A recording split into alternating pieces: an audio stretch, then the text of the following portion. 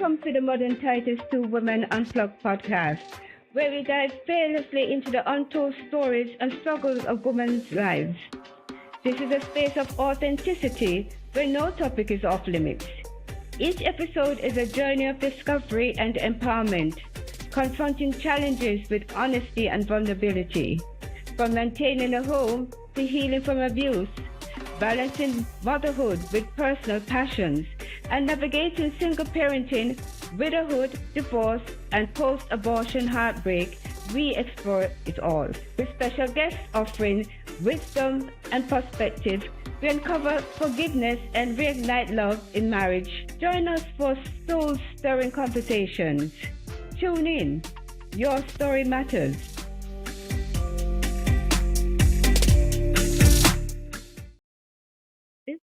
Is for informational purposes only and should not be considered legal, health, tax, professional advice. We are not responsible for any losses, damages, or liabilities that may arise from the use of this podcast.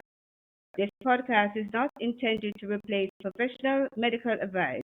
The views expressed in this podcast may not be those of the host or the management. This podcast may contain adult themes, so parental discretion is advised. So good morning. In this episode, we will be speaking to two beautiful young women in their 30s, Ashley and Becky, as they share the unfiltered journey of being diagnosed with stage 3 and stage 4 cancer. As they take us through the initial shock, through to what can only be described as divine intervention. So, ladies, the floor is yours. I think we probably could start off just basically giving us an idea of what your life was like before the cancer diagnosis, and then secondly to walk us through what prompted you to seek medical attention.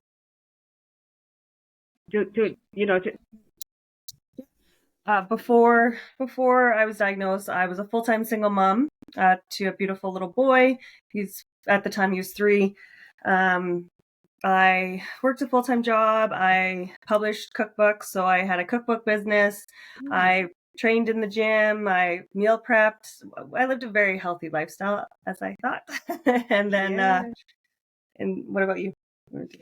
Yeah, I'm Becky, by the way. Ashley. Oh, yes, Ashley. I was 36. I was a mom of a 12-year-old and a 10-year-old, 2 girls, and I worked full-time. I was a purchasing manager at a construction company, and I had just gotten married 6 months prior. I've been married twice now, so I got remarried 6 months prior to my diagnosis. But all in all, pretty healthy. I had done a physical couple months prior, and everything came back perfect. Wow. That looking at you now, nobody could tell because you look so beautiful, you look so healthy, you look like but God is good. God is good. Yes, amen. Yes, God is good. So what prompted you, Becky? You want to go first, if you don't mind? What prompted you to seek medical attention? So I had taken off my bra one day and noticed that my nipple had kind of gone flat, and I just thought that my bra had been too tight. So I didn't really think anything of it. But when I woke up the next morning, it was still flat, sort of pushed in. No pain, nothing like that. No swelling, definitely no lumps. I felt around, nothing.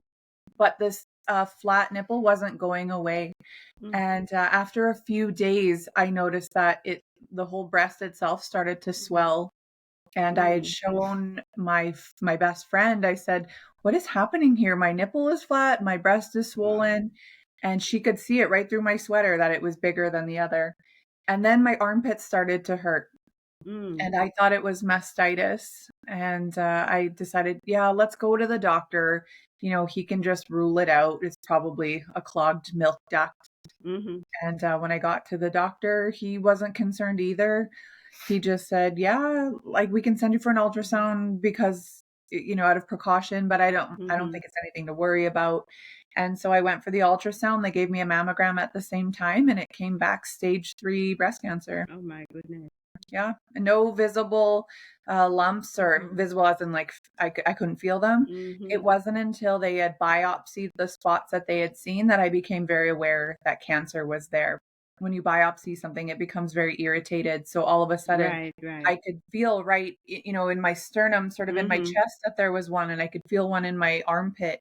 And there was another one that they had done, although that one was quite deep into the breast tissue, so I couldn't feel that one. But the other two I was very aware of after that.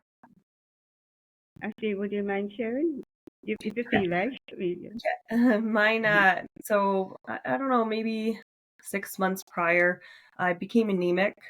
I had a lot of crazy symptoms. Like from September to January, I gained 20 pounds, and that's unusual for me because I live quite a healthy lifestyle.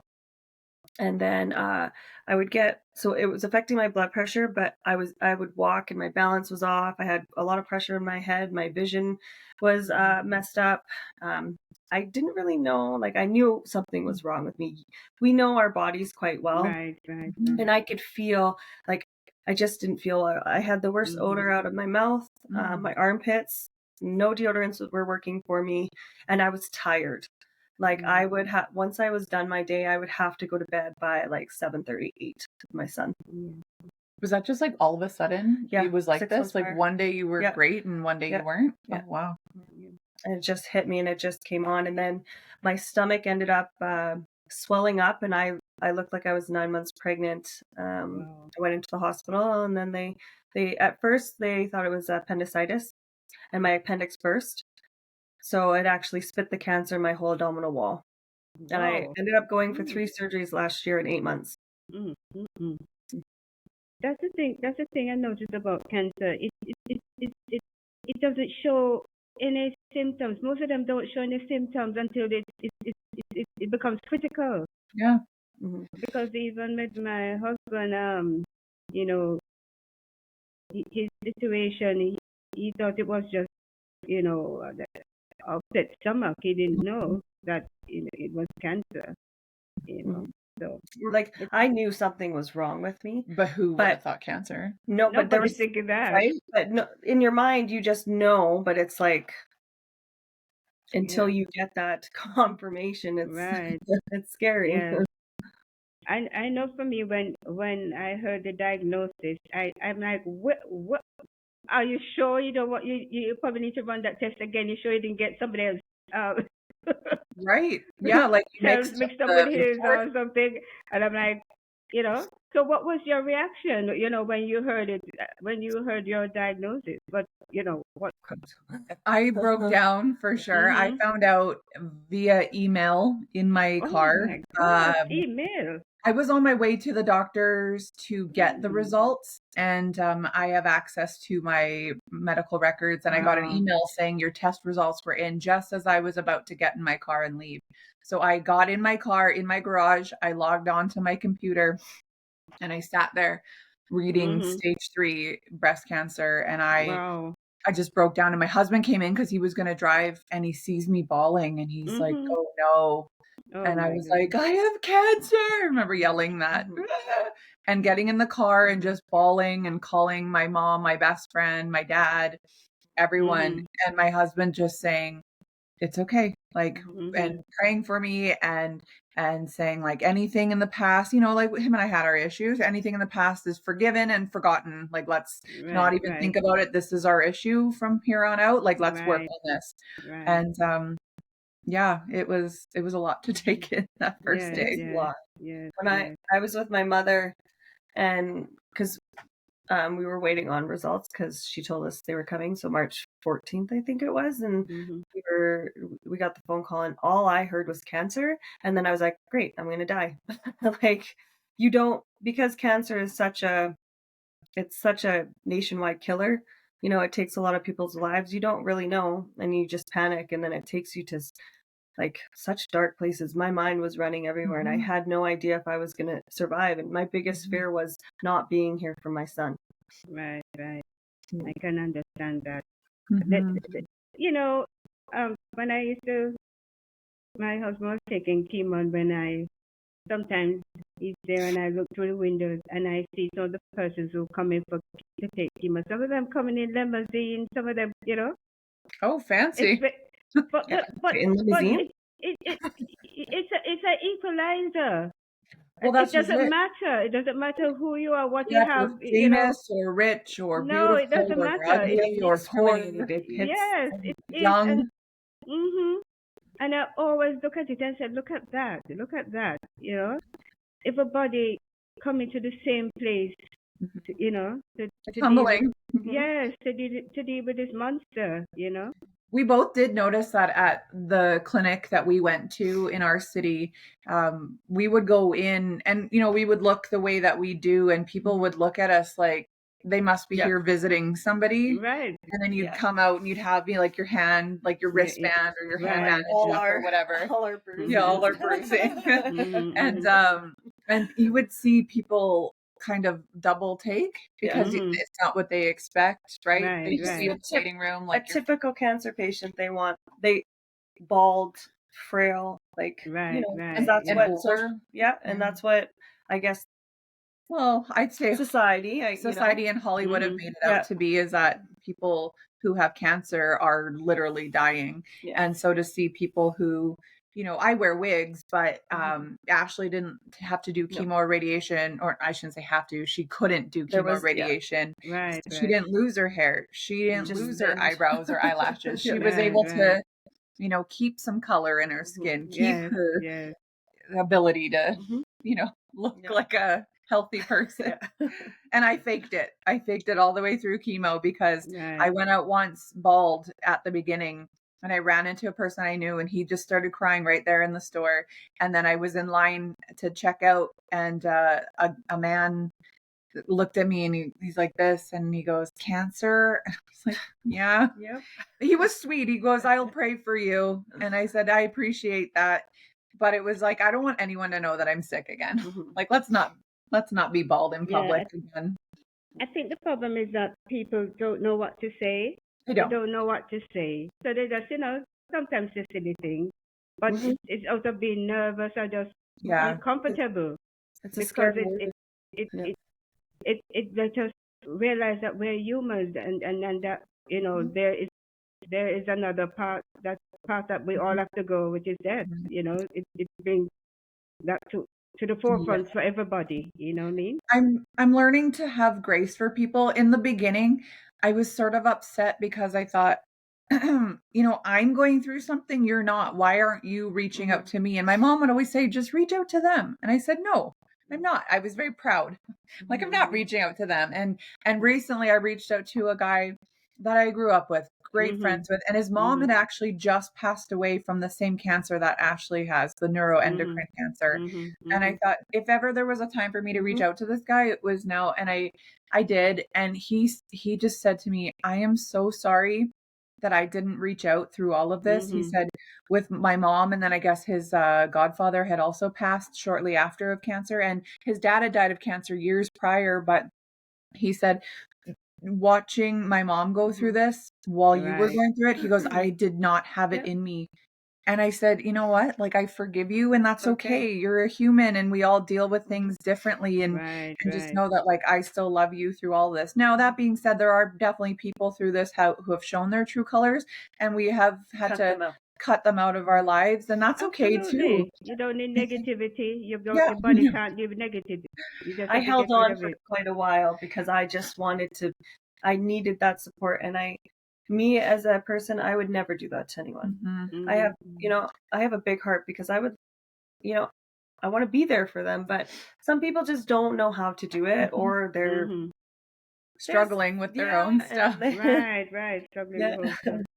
So how did you, both of you have children, so how did you communicate this information to these young people? Because people might think they're not realizing, but they're very perceptive. They are very in tune with what's going on. You see them not saying anything, but they know that something is wrong. So how did you communicate this information to them? I was the exact same. I thought, I was like, my son's only 3. I was like, he's not going to get, but he knew. He knew that mommy had to go and sleep over in the hospital because the doctors had to keep mommy or get mommy healthy. And so he was a very brave boy. He would come when the ambulance would come and pick me up at home, because it's been quite a journey, he would rub my arm and he's always like, Mommy, you're going to be okay. He's such a strong boy. And, yes. you know, he was very strong. I do notice now, like, we'll drive by my hospital, like, Mama, there's your hospital. Like, he notices all Oh, these yes, things. he knows. And then now he's just like, he'll say these little comments and he's like, Mommy, I don't want you to die. Because the last couple of weeks I've been struggling a little bit. And I just noticed, because he's 4.5 now, that he's really recognizing these things. I'm like, you know what, Mommy's going to be okay. Kids are so in Yeah, tune. we're going to figure this Yeah. out, you know, We because don't Mommy give them lays in enough bed a credit. lot and rests. So, but they are very in tune. You just have to remind them that everything's going to be okay. Because even if it's not in the moment, they need to know They it need is. to feel that. They They don't need need to that know that. extra. They're just children. They don't Yes. need that worry. Yes. You Yes. know? Well, and I think I think just as a society right now, we're making kids grow up so Oh, my soon. goodness, yeah. I mean, Yes. like just the sexual stuff aside, right? Yeah. We're making them grow up so soon. So to put They have mom's little hearts. health on them as well Right. is a lot. And Yeah. so when I look back at my journey, my kids never acted like I was sick. And part of me was offended. I'm Yeah. like, why are you treating me like this? Like, my kids, even now, not my younger one, but my older one, quite often will make fun of me for having very little hair. And I was thinking, man, she's mean. And then I thought, no, like she's coping with That's something. her. That's a coping mechanism, making Yeah, turn and it into jokes. Yes. we went to family counseling recently, and we learned like her attachment style. She's partly avoidant, and then what's the other one? Like assertive attachment. So like she's just getting mean. She's like running from the issues, and then she's mean about it because she's scared. And so to further your original question, when I was first diagnosed, I was just open with them right away. I came in, and I think they knew because they had just gotten home from school, and my mom was here. My in-laws were here. My ex-in-law and my ex-husband were here. That's beautiful. They're supporting you. That's beautiful. Well, and so because when I was married to my ex-husband and I was actually pregnant with this daughter who's almost 14, her aunt, so my husband's sister, had passed away from breast cancer. Oh, wow. And she passed away July 2nd, and my daughter was born August 1st. Same hospital, same floor, literally, but the wings were right beside each other. Right. And so, you know, for my daughter, she was that thing that came in and healed people. It was a nice distraction for everybody. Right. Her aunt had died. And so all she's ever heard for her whole life is that breast cancer killed auntie. And so when she heard it, man, I get like, I never, it's funny, I never choke up. Ashley cries a lot on her podcast. I never do, but just like, reliving, I'm a human. We're all allowed to.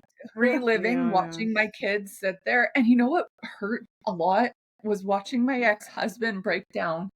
You know, like our marriage broke down for a lot of reasons. And him and I really hated each other. And watching him sit on my floor and bawl his eyes out. Like I'm gonna cry. It was harder. It was harder than my own husband, right? My current husband, because you guys have kids together. Well, we have kids together, and a part of what broke down our marriage was that his sister passed, and he couldn't handle it. Right. And so, you know, I do think that sometimes God has a little bit of a sense of humor, I think. I always say that. God has a sense of humor. I really believe that. And I think he uses some things to fix the problems or to change people. And so what used to be a very tense relationship between my ex-husband and I, he's like one of my closest friends now. And it's not even weird. Like my husband doesn't think it's weird. My kids don't think it's weird. Him and I are finally we're on the same page. We parent the same way now. We communicate. Like there are days I just call and we just chat. And it's not in any way sexual or inappropriate. No part of me wants to be married to him. But that's co-parenting. When you're healthy, this life, this diagnosis, it takes you to dark places, and it takes, you know, you really realize what's important in life. The fighting, the victory, stuff like that, that's not important. Not important. Being there for your kids, being there for your family, loving one another, that's what's important. Yeah. Like, you know, last year, my oldest daughter, she's big into track and field, and we got to go over to the next province, to a city that's quite a destination for vacations here in Canada. And I went. My husband couldn't because he had just started a job, but my ex-husband also came and he couldn't find a place to live. So he stayed with my friends where I was. And I think a lot of people would think, man, that's weird and inappropriate. It wasn't. It was cool to spend time together as a family. He brought our other daughter. We got to watch our daughter perform. We got to connect. I had only been sick for a few months at that point. My husband was okay with it. His girlfriend was okay with it. And it's really healing. Yeah. It's nice to be able to forgive parts, because I also think too that people get sick because of not necessarily unforgiveness, but unhealed trauma. Yeah, you're Maybe, perfectly right. And probably that probably healed, contributed to your healing process, because because going through a divorce is not an easy thing. I mean, it was mad at him for a lot of years. A lot. Like, we've been split since 2014 and I got sick in 2023. So 9 years I was carrying around a lot of negativity toward him.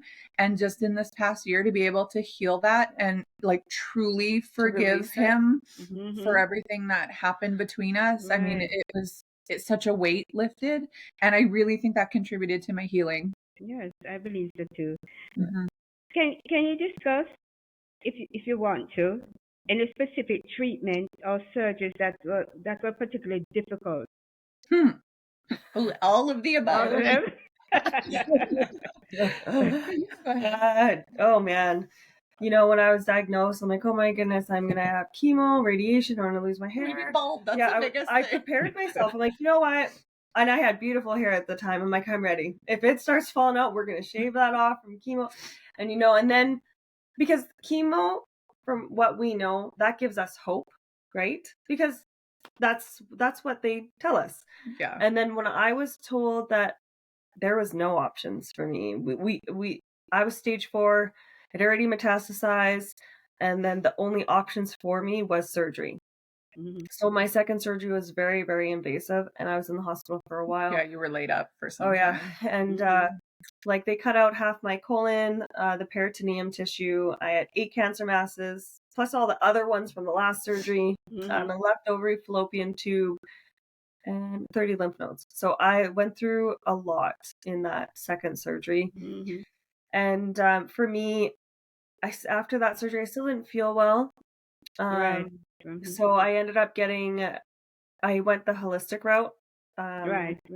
I went and got my live blood analysis. I do believe that is another factor of me being here today, because I was infested with microscopic parasites. I had heavy metals, mold, fungus, blood clots, and my liver was failing.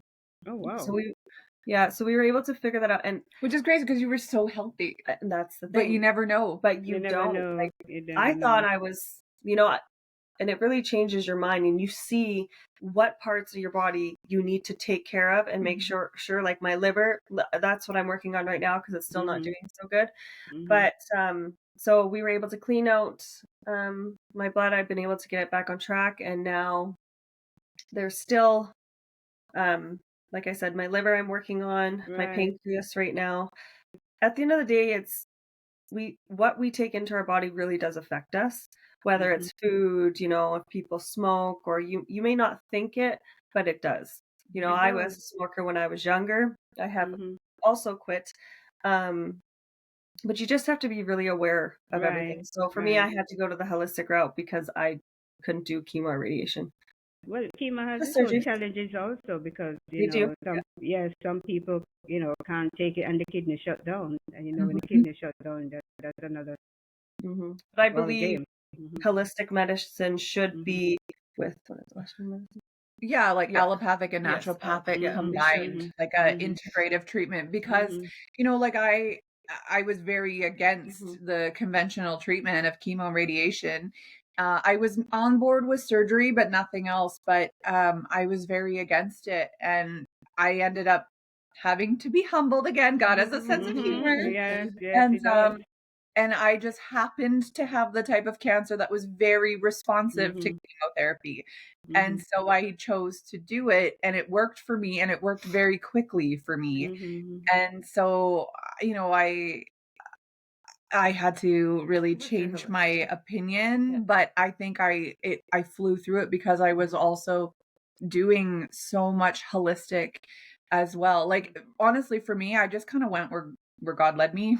Like, I was not like just making decisions on my own. And that's a hard thing to do when you're like, I'm going to die. I need to make a decision. And with anything, if you make your own decisions or make your own path, like, you know, as a believer, you have to like trust that there's that there's a path for you and you need to listen. Right. And so that took me down to Mexico to do holistic treatment. And then it took me right back to Edmonton where we live to get chemo. And I remember thinking the whole time, just like you, like, I'm going to lose my hair. Right. That's so stupid. Like, that's the biggest thing. It is the biggest thing. That's what it's made out to be. Yeah. Right? What you're in Canada, so your health system is a little different. What was the financial impact on you guys with all these different treatments and all of that? I know that your government, I think your country, they sort of pay a lot of the health costs, right? Universal health care. It does cover, like, for me, for example, I had workplace in like benefits is what's called insurance. I think you guys call it down there, where my benefit company paid for like that's where it kicks in for extra services like chiropractor, massage, medications, dental, things like that. So for me, majority of my treatment was covered completely. There was one medication that they recommended I take. It was a type of chemo drug. And they said, you don't have to, but if you can get coverage for it, do it because it is proven to help. And that I think was about $28,000. My insurance covered 80%, and then our cancer center co-paid the other 20%. So quite honestly, I didn't pay a penny for treatment. The impact for me was, being off of work. And again, I'm very blessed that I had short-term and long-term disability coverage. So the impact, was just being on more of a fixed income. It's definitely harder for Ashley because she was in the service industry. Yeah, and I did it. I had surgeries that saved my life, and then the holistic side and surgeries are all covered in Canada. Surgeries are covered. Holistic and hospital stays, everything that's covered. But the holistic route, we do pay out of pocket. It costs a lot of money. Yeah. Okay. It's a lot. I will say, when I went to Mexico, because I went there first, I paid a lot of money. Like in American dollars, I think my bill was $31,000. Wow. And so in Canadian, our dollar is so bad. That was over 40,000 Canadian. And I'm just very blessed that so many people had donated to me. People did fundraisers for me and things like that because I didn't have that money. Not at all. And I'm so blessed that I was able to go down there and be able to get the holistic care that I wanted or I thought I needed or what God wanted. I don't know. Whatever the plan was. So you had the community, you had your family, you had your friends, you had the community, you had the community behind you also. So that was awesome. And then we had each other. And you had each other. That's good. We met wonderful. Through this journey. We didn't know each other. Oh, okay. That's another story. We'll probably need to talk about that at another time. What is the most, what's the most surprising thing that you've learned about yourself during this journey? What's how strong we are. Yes. You don't really know how strong you are until you're put through a situation where you got to be strong and you can't give up because you got people option. On you. Babies. It might be different if you were single, no kids, no family, but the fact is, like, neither of us wanted to, I don't say let anyone down, but we didn't want to leave anyone behind. We weren't ready. It wasn't our time, and we both knew that. Not that other people who struggle or who have lost their life, it wasn't their time, but it's, you find this little piece inside of you, or for me, my son, it's, you hold on to that and it gets you by, and you keep pushing. Like during the journey, was there any significant? I think Becky, your trip to Mexico and the outcome probably could be considered a very joyful, and triumphant for you. during your journey? Just getting down there was amazing. How it all came about was amazing. And then like seeing the results while I was there was awesome. And then not everything was gone by any means after that, Yes. but it had shrank a lot and my body was very strong. Like if you look at pictures of me coming home from Mexico, man, I was healthy. I was so fit and I was glowing. I mean, there is something to say about some sun, which Canada doesn't have a lot of all the time. But yeah, so I was just so healthy coming back from Mexico and I was strong enough to do the conventional treatment here. So yeah, those were some significant moments for me. For me was when I had my second PET scan and I didn't have active cancer. Wow. The cancer, the form that I have is there's not too much they can do and it usually always comes back. They don't know much about it. Yeah, they're like the more common ones would be breast and stuff like that. So I think they stick to those ones and then the other ones, because cancer is not all the same. It's completely different. And that's, I think a lot of people forget that. So mine's just a little like it causes me a lot of worry, but I try and be as positive as I can. I think what I have been struggling with stomach issues since the 3 surgeries, and my stomach will swell up and go down. But I think once that's under control, it will because my mental is so affected from it, and I think we don't actually realize how much it affects us. But going forward, I think once that subsides, that I will be able to have clarity and have hope again. Because it's scary. It goes to show like how much your mindset really plays into everything, not just cancer, not just healing, generally, like anything. We've talked about this lots on our show. Like what is it called? Self-fulfilling prophecy. If you're talking bad about yourself all the time, if you're talking unhopeful all the time, negative thoughts. If like I really personally believe that like the enemy hears the things that we say and it preys on your weaknesses. And so every time you're looking at yourself, like for me, like I don't have a breast anymore, right? I have very short hair where I used to have really beautiful hair. And I look at myself and a lot of times I want to be like, ew. But and because I think the enemy preys on your weaknesses, but then it's like, no, like how strong I am. Yeah, I'm so strong. Alive. I look good without a boob, right? With short hair, right? I feel strong. So yeah, it's really like having that mindset change. And definitely you have to change it. But it's a very powerful, That's why the Bible tells you life and death is in the power of the tongue. It says that. And that's for a reason, because even if you persons who believe in the creation, God spoke everything into existence. So words are powerful. So. Yeah, that's why I said to Ashley, I never call it my cancer. But have you noticed? Yeah, I have noticed that you've been saying it's not. I said the form. Someone told me this actually. A good friend of mine told me this when I first got sick.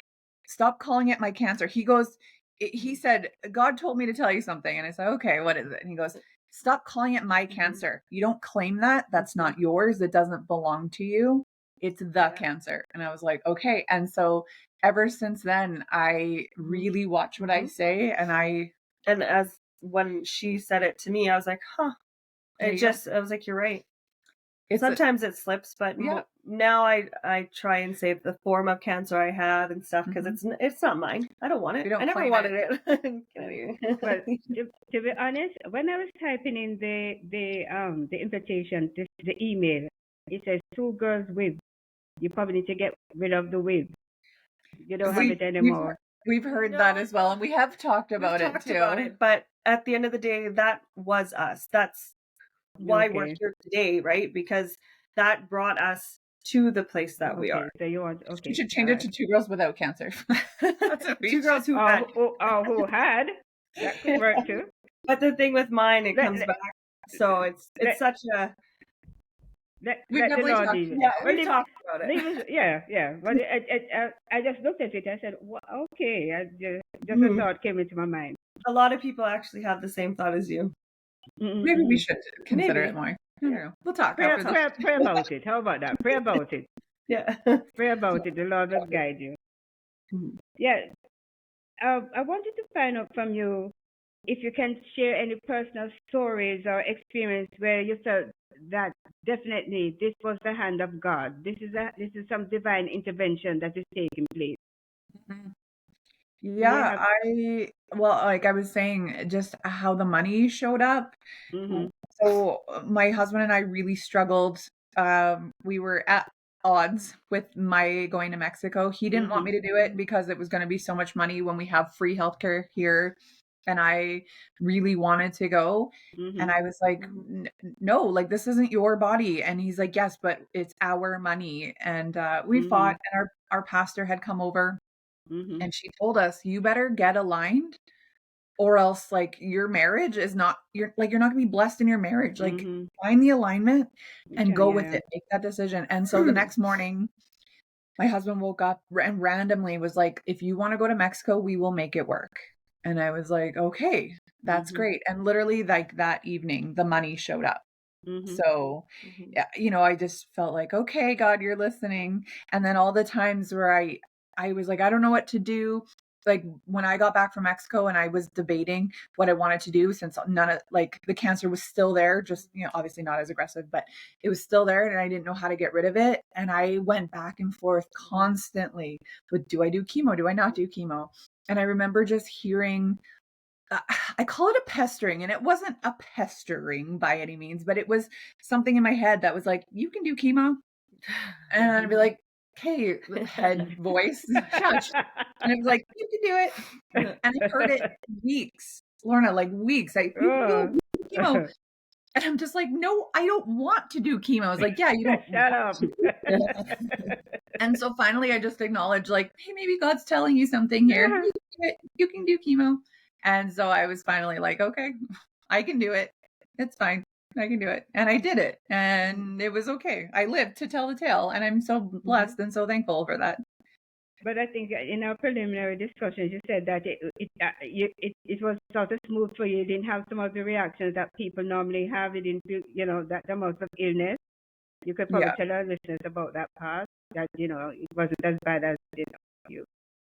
That the chemo wasn't as bad, did you say? The symptoms, like when you do chemo, the vomiting, the excessive vomiting, Yeah, I never puked. There was only one time I threw up, and that was because I ate some really greasy Chinese food. And that was the only time I threw up in all of chemo. But you're lucky some people can't eat Chinese food at all. Like, can't eat anything after chemo. It's like, oh my gosh. They would they weigh you every time you go for chemo.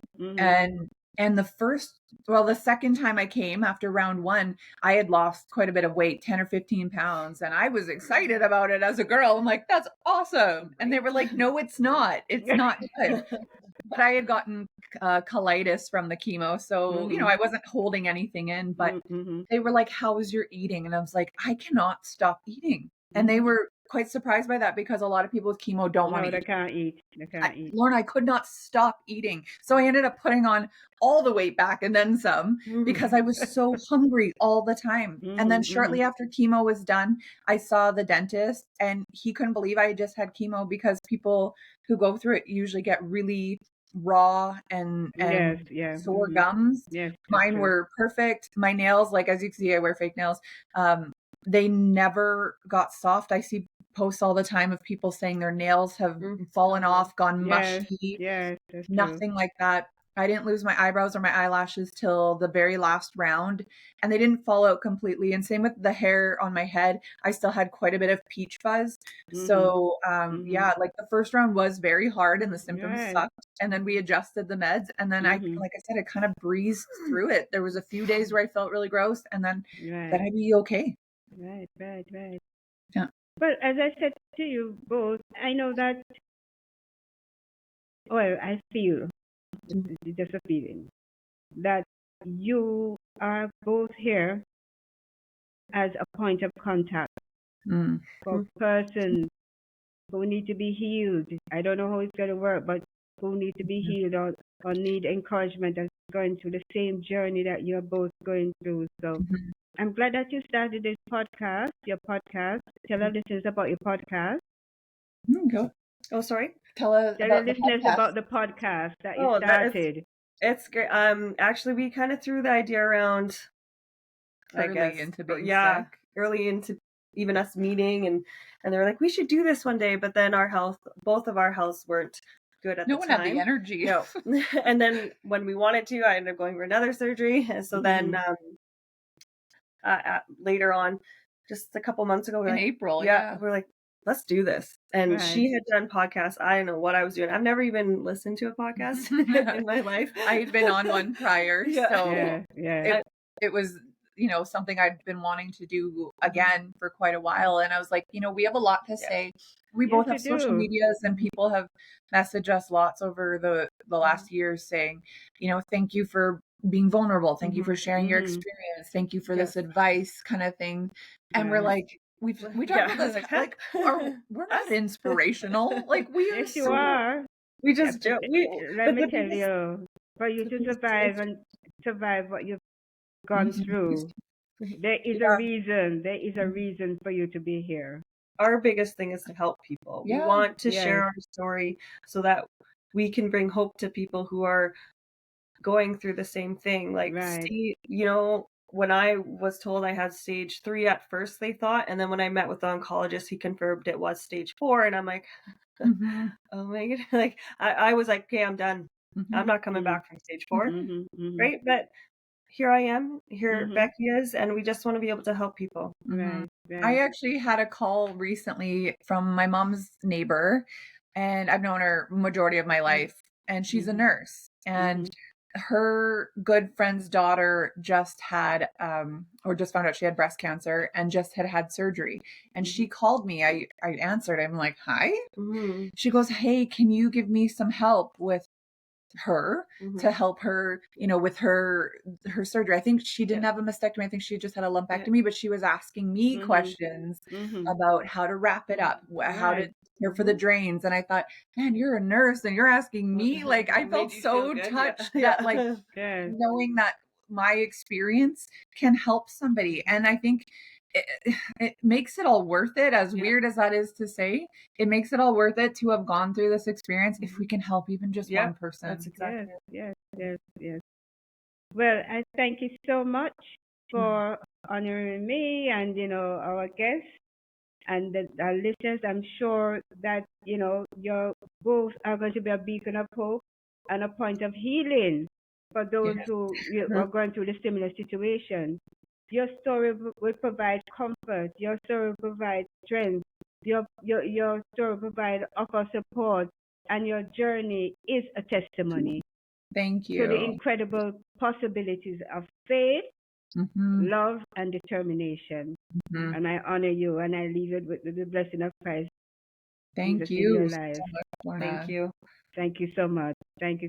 So, do you want to tell any of the listeners how to get in touch with you? Suppose anybody want to, reach out to you on your podcast, or to just rap with you to find out, they're going through something that might want to reach out to you. Sure. Would you mind sharing that with our listeners? So we are on social media, Two Girls with Cancer, TikTok, Facebook, Instagram, and then our podcast, Two Girls with Cancer, TWO, not the number. That's on YouTube, Spotify, Apple, and her and I are both on there constantly. So if you message us anywhere, one we of will us see will, it. All right. Okay. So I thank you so much. And as I said, I'm sure we're gonna have a part 2 where you're gonna tell me all the wonderful things God has put before you. So I'm leaving I'm putting in my my right. I'm putting it in that we're gonna have a part 2, because I know you're gonna be telling me all the wonderful things that God is putting in your way, and you're here for a purpose. You're here for a purpose. Amazing. So I tell you thank you, and I honor you this morning. Thank you so much.